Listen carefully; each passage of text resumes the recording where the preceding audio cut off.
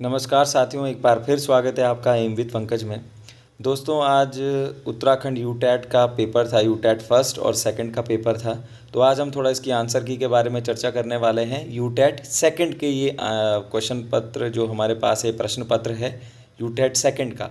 तो इसका जो जीएस वाला पार्ट है, उस जीएस वाले पार्ट की हम यहाँ पर आंसर की देखने वाले हैं कि किस प्रकार के प्रश्न जो है यहाँ पर पूछे गए थे। साथियों, अगर आप हमारे चैनल पर नए हैं तो चैनल को सब्सक्राइब करना ना भूलें।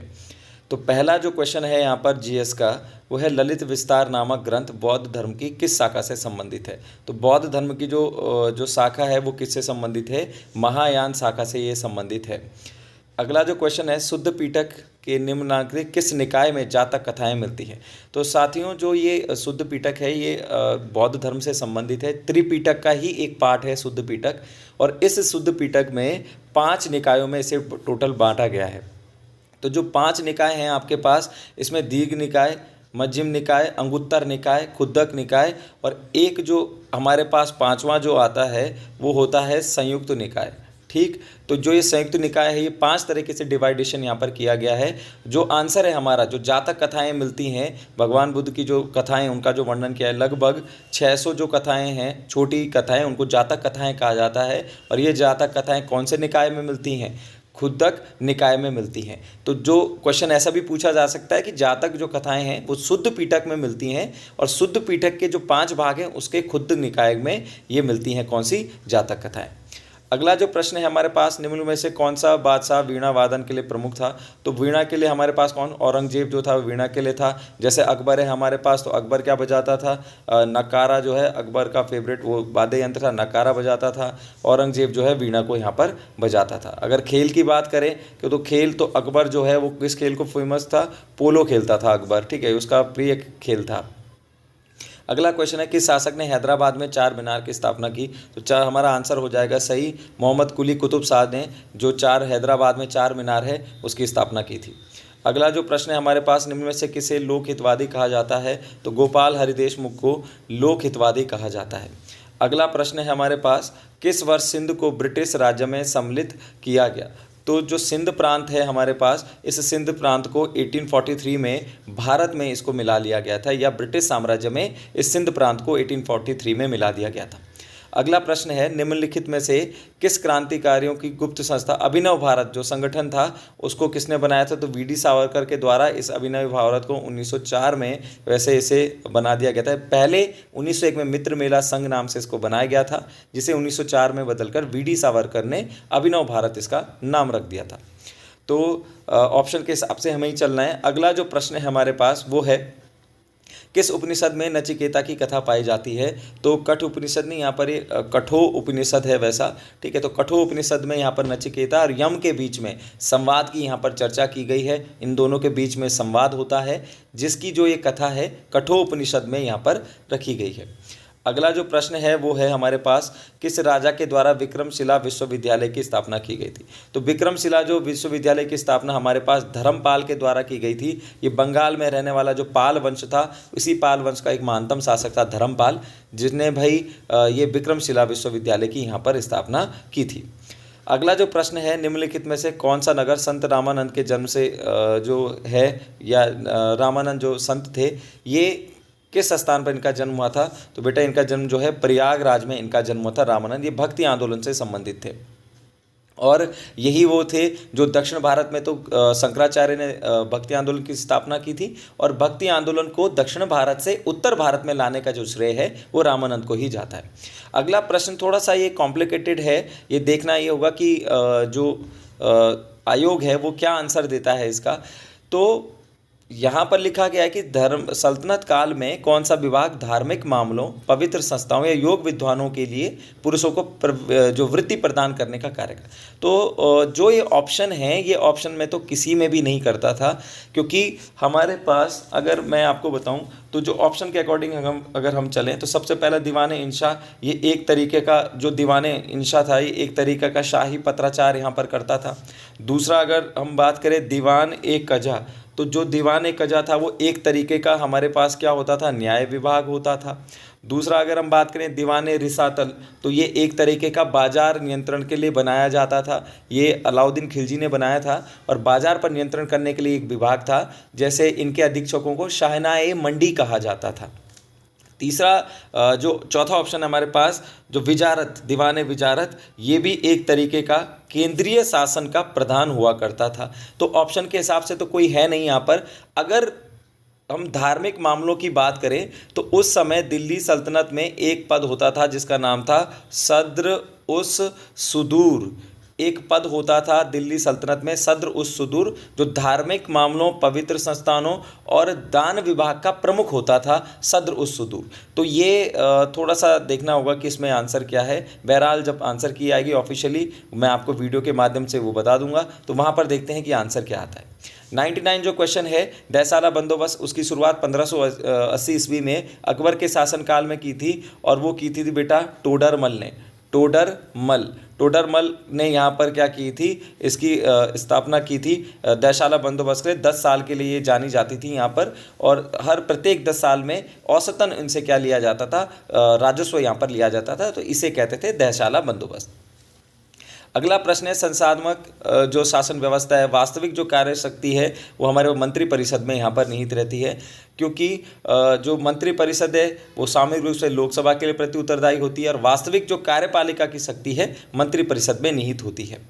अगला जो प्रश्न है कि विधानसभा द्वारा पारित कोई विधेयक है वो विधान परिषद अधिकतम कब तक रोक सकता है? 6 माह तक उसको रोका जा सकता है, क्योंकि 6 माह पर अगर साधारण बहुमत वाले जो होते हैं वहाँ पर हमारे पास संयुक्त बैठक का भी प्रावधान होता है। साधारण बैठक वालों पर या हमारे पास वित्तीय विधेयक जो होते हैं या साधारण विधेयक होते हैं, इन पर संयुक्त बैठक बुलाई जा सकती है। इसलिए विधान परिषद हो वो अधिकतम 6 महीने तक ही अपने पास इसको रोक कर रख सकती है। अगला प्रश्न है कि भारतीय संविधान के तहत विदेशियों द्वारा किन अधिकारों का उपभोग किया जा सकता है? तो जो विदेशी हैं जिनको हम सिटीजनशिप देते हैं तो उनको केवल, भाई अगर हम बात करें तो आर्टिकल जो 15 है हमारे पास, आर्टिकल 20 है, 21 है हमारे पास, इनको छोड़कर बाकी सारे के सारे जो राइट हैं वो इन, जैसे शोषण के विरुद्ध अधिकार है इनका लागू किया जा सकता है, कानून के समक्ष समानता का अधिकार ये हो सकता है, उनका दैहिक स्वतंत्रता का अधिकार 21 में वो किया जा सकता है। तो केवल अनुच्छेद 15, 16, 19, 29 और 30 ये जो आर्टिकल्स हैं ये किसी विदेशी नागरिक को नहीं दिए जाते हैं, ये केवल भारतीय जो नागरिक हैं उनको प्राप्त होते हैं, किसी विदेशियों को नहीं दिए जाते हैं। तो इसका जो आंसर है वो इस हिसाब से आंसर हमारा क्या हो जाएगा, डी, उपरोक्त सभी। अगला प्रश्न है ग्राम पंचायतों की गठन की आवश्यकता। तो भाई आर्टिकल 40 में ग्राम पंचायतों की बात यहाँ पर रखी गई है और डीपीएसपी जो हमारे राज्य के नीति निर्देशक तत्व हैं वहाँ के अनुच्छेद 40 में प्रावधान किया गया है कि ग्राम पंचायतों के लिए गठन की यहाँ पर बात की गई है। अगला जो प्रश्न है हमारे पास कि भारतीय नागरिकों के लिए मौलिक अधिकार, तो मौलिक अधिकार किस में रखे गए? अध्याय 3 में, भाग 3 में यहाँ पर रखे गए हैं। हमारे पास भाग 4 है, इसमें डीपीएसपी रखे गए हैं। ठीक, दूसरी जो हमारे पास अनुसूची है वहाँ पर वेतन भत्ते। अगर 8वीं अनुसूची की बात करें तो यहाँ पर हमारे पास भाषाएं रखी गई हैं। भारत का राष्ट्रपति जो है सरकार का मुखिया नहीं होता बल्कि भाई राष्ट्राध्यक्ष हमारा होता है। अगला जो प्रश्न है किस राज्य में सर्वप्रथम पंचायती राज? तो सबसे पहले जो पंचायती राज है वो राजस्थान राज्य से स्टार्ट किया गया था, कि जब हमने बलवंत राय मेहता समिति जब बनाई थी 1957 में हमने बनाई थी, और इसने अपनी रिपोर्ट भी दे दी थी 1957 में, जिसको भाई 1958 में हमारे पास 1958 में भारतीय राष्ट्रीय विकास परिषद है इसके द्वारा एक्सेप्ट कर लिया गया था, और इसी की तर्ज पर हमने पहला जो पंचायती राज है उसकी स्थापना की थी 2 अक्टूबर को। 2 अक्टूबर 1959 को राजस्थान के नागौर जिलों से जेल नेहरू के नेतृत्व में इसको कर दिया गया था। तो इसके हिसाब से हमारा जो आंसर है वो राजस्थान होगा। अगला जो प्रश्न है संघात्मक जो व्यवस्था है वो हमने कहाँ से? कनाडा के संविधान से हमने ले रखी है। संविधान का कौन सा अनुच्छेद प्रक्रिया संबंधित है संविधान संशोधन की प्रक्रिया से? तो आंसर सी सही है, अनुच्छेद 368 में ये बात यहाँ पर संविधान संशोधन की बात की गई है। संशोधन भाई 3 प्रकार से किया जा सकता है, साधारण विधेयक वाला, साथ ही साथ विशेष बहुमत से, और तीसरा संसद के द्वारा विशेष बहुमत प्लस आधे राज्यों की स्वीकृति होना यहाँ पर अनिवार्य होती है। अगला जो प्रश्न है, द इंडियन स्ट्रगल जो है वो सुभाष चंद्र बोस के द्वारा उनकी जो पुस्तक है, इसका भाई आत्मकथा का शीर्षक है। अगला, हिंदुस्तान रिपब्लिकन एसोसिएशन जो था, ठीक है, तो जो हमारे पास HRA है, इसकी जो कौन संबंधित नहीं था, तो प्रफुल्ल चाकी इससे संबंधित नहीं था। बाकी ये जो सारे के सारे राम प्रसाद बिस्मिल, अशफाक उल्ला खां, चंद्रशेखर आज़ाद, ये सारे इस हिंदुस्तान रिपब्लिकन एसोसिएशन से संबंधित हैं। अगला जो प्रश्न है, पूर्ण स्वराज्य का प्रस्ताव, तो भाई 1929 के जो JL नेहरू की अध्यक्षता में लाहौर में रावी नदी के तट पर हुआ था 1929 का लाहौर अधिवेशन। यहाँ पर इसको प्रस्ताव को पूर्ण स्वराज्य का पास किया गया था। हालांकि बाद में इसको कराची में भी रखा गया था। किस वर्ष they all India state people conference की स्थापना वो हुई थी? 1927 में इसकी स्थापना कर दी गई थी। राज्य पुनर्गठन अधिनियम किस वर्ष पारित किया था? राज्य पुनर्गठन अधिनियम जो है 1956 में इसको पारित कर दिया गया था। और इसी के आधार पर जब हमने नए राज्यों का गठन किया, तो जब 1 नवंबर 1956 से हमने इसको पूरे भारतवर्ष में लागू कर दिया था। और इसी के समय हमारे पास 14 स्टेट थे और 6 यूनियन टेरिटरीज इस समय भारत में थी। साथ ही अगला प्रश्न है, पंचायतों नगर पालिकाओं के चुनाव को कराता है हमारे पास, तो जो पंचायत और नगर पालिका के जो चुनाव है वो हमारे पास कौन कराता है? राज्य सरकार के द्वारा वो चुनाव यहाँ पर कराए जाते हैं। अगला जो प्रश्न है, महिलाओं के लिए उत्तराखंड में पंचायतों में जो उत्तराखंड की जो पंचायत है, कितना आरक्षण है हमारे पास? तो 50% आरक्षण उनके पास रखा गया है पंचायतों में। अनुसूचित जाति और जनजातियों के लिए लोकसभा और विधानसभाओं के आरक्षण की शुरुआत में जब हमने रखा था, तो पहले भाई 10 वर्षों के लिए यहाँ पर रखा गया था और इसको अभी बढ़ा दिया गया है। एक प्रश्न जो है करंट अफेयर से बना हुआ है, क्योंकि अभी जो है हमने जो संविधान संशोधन किया है, 104वां संविधान संशोधन 2019 हमने यहाँ पर किया है। इसमें हमने ये प्रावधान किया है कि जो एंग्लो इंडियन है हमने उसको समाप्त कर दिया है, लेकिन अनुसूचित जाति और जनजाति के लिए अगले 10 वर्षों तक 2030 तक हमने उसको बरकरार रखा हुआ है। तो ये इन्होंने जो प्रश्न जो है वो करंट अफेयर से कन्वर्ट करके GS में उसको कन्वर्ट करके पूछा गया है आपसे। राष्ट्रीय महिला आयोग को जो है जो स्थापित है वो नई दिल्ली में इसका मुख्यालय है। अगला जो प्रश्न है, भारत के राष्ट्रपति द्वारा राज्यसभा में कितने सदस्यों को? तो 12 सदस्यों को मनोनीत किया जाता है। आयरलैंड के संविधान से लिया गया है। आर्टिकल 80A के अंतर्गत ये प्रावधान है कि राष्ट्रपति राज्यसभा के लिए 12 सदस्यों का नामांकन कर सकता है। भारत की जो राष्ट्रीय वन नीति है 1988, इसके अनुसार भारत के 33% भाग पर क्या होने चाहिए? वनों का होना आवश्यक है। साथ ही साथ अगला प्रश्न है कि जो ये पहाड़ियाँ हैं ये कौन से सुमेलित करने के लिए थी? तो पहला, अन्नामुडी की जो पहाड़ियाँ हैं वो किस पर हमारे पास मौजूद हैं? तो वो अन्नामुडी की जो पहाड़ियाँ हैं ये हैं अन्नामलाई की पहाड़ियों की स्थित है। साथ ही साथ अगर हम बात करें अगला, तो जो डोडा बेटा है, तो डोडा बेटा हमारे पास कहाँ पर है? नीलगिरी की पहाड़ियों की सबसे ऊंची चोटी है। हम बात करेंगे धूपगढ़, तो धूपगढ़ सतपुड़ा की सबसे ऊंची चोटी है। और फिर बात करें गुरु शिखर की, तो गुरु शिखर जो है अरावली जो पर्वत श्रृंखलाएँ उनकी सबसे ऊँची चोटी है। तो ऑप्शन आपका C क्या हो जाएगा? सही हो जाएगा। अगला प्रश्न है, भारत में जो सिंचित क्षेत्र कृषि योग्य भूमि है वो लवणीय किस कारण है? क्योंकि उस पर क्या की जाती है? अति सिंचाई करने के कारण, ठीक है, इरिगेशन, ओवर इरिगेशन के कारण क्या की जाती है? इसमें हमें जो ये प्रॉब्लम देखने को मिल रही है, अधिकतर जो लवणीय हो रही है ये हमें देखने को मिल रहा है।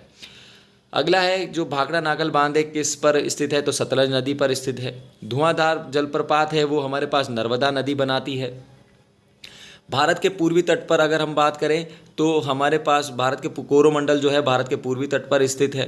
साथ ही साथ उत्तर पश्चिमी भारत में शीतकालीन में वर्षा का कारण क्या है? तो लौटते हुए मानसून से जो जब मानसून लौटता है तो जो उत्तर पश्चिमी भारत है, उत्तर पश्चिमी भारत में, माफ़ कीजिएगा, उत्तर पश्चिमी जो भारत है ये जो बारिश होती है ये पश्चिमी विक्षोभ के कारण यहाँ पर होती है। ये चीज़ ध्यान रखना, ठीक। जो नॉर्थन वेस्ट वाला हमारा जो पॉइंट है, वेस्टर्न वाला जो पार्ट है, इसमें जो बारिश होती है पश्चिम भारत में। हाथियों के संरक्षण और आवास के बचाव के लिए जो ये प्रोजेक्ट एलिफेंट है, इसका आंसर है B आंसर है। इसका जो प्रोजेक्ट एलिफेंट है बेटा वो 1991 से 1992 में यहाँ पर इसको शुरू कर दिया गया था। तो ऑप्शन आपके पास 92 है, तो इस हिसाब से ऑप्शन B जो है सही हो जाएगा। सबसे ज़्यादा जो हमारे पास मिलते हैं हाथी वो केरल में ही मिलते हैं। इसके बाद अगला जो है इंदिरासानी जो मुकदमा है हमारे पास वो 1992 में किससे संबंधित है? तो अन्य पिछड़ा आयोग OBC से संबंधित है। इंदिरासानी जो फेमस है हमारे पास, इंदिरासानी वर्सेस केंद्र सरकार। तो यूनियन ऑफ इंडिया, तो इसमें अन्य पिछड़ा वर्ग के लिए उन्होंने किया था, अदर बैकवर्ड कास्ट के लिए। तो पर यहाँ पर सुप्रीम कोर्ट ने फैसला दिया था कि 50% जो है इससे ज़्यादा रिजर्वेशन नहीं हो सकता। सामाजिक विज्ञान का जो जो मेन कंपोनेंट है, जो हमारे पास सामान्य विज्ञान जिसको हम कहते हैं सोशल साइंस, तो ये तीनों आते हैं बेटा। उसमें इतिहास भी है, नागरिक शास्त्र भी है, ज्योग्राफी भी है हमारे पास इकोनॉमिक्स में। तो आंसर हो जाएगा उपरोक्त सभी of all of the above. सामाजिक विज्ञान संबंधित है तो ये भी कला साहित्य सबसे उपरोक्त सभी, इसका आंसर सही हो जाएगा। लोकटक झील जो है वो मणिपुर में है हमारे पास। इसी के साथ साथ निम्नलिखित में से कौन सा सुमेलित नहीं है, तो जो जनजाति आपने बतानी थी कि कौन सी सुमेलित नहीं है, तो लेपचार सिक्किम में ही पाई जाती है, ये भी सही है। मोनपा अरुणाचल प्रदेश में है, गद्दी हिमाचल प्रदेश में है। हमारा जो आंसर है, जो गलत आंसर है बेटा वो है सी, हमारा जो आंसर है वो सी निसी। निसी मेघालय में नहीं है, निसी है जो जनजाति पाई जाती है वो है अरुणाचल प्रदेश में, तो अरुणाचल प्रदेश में ये पाई जाती है। तो ये हमारे पास अभी जीएस का जो ये पार्ट था यूटेट सेकंड पेपर का, ये सॉल्यूशन है। और अगर आप हमारे चैनल पर नए हैं तो चैनल को सब्सक्राइब करना ना भूलें। मिलते हैं अगली वीडियो में। Thank you.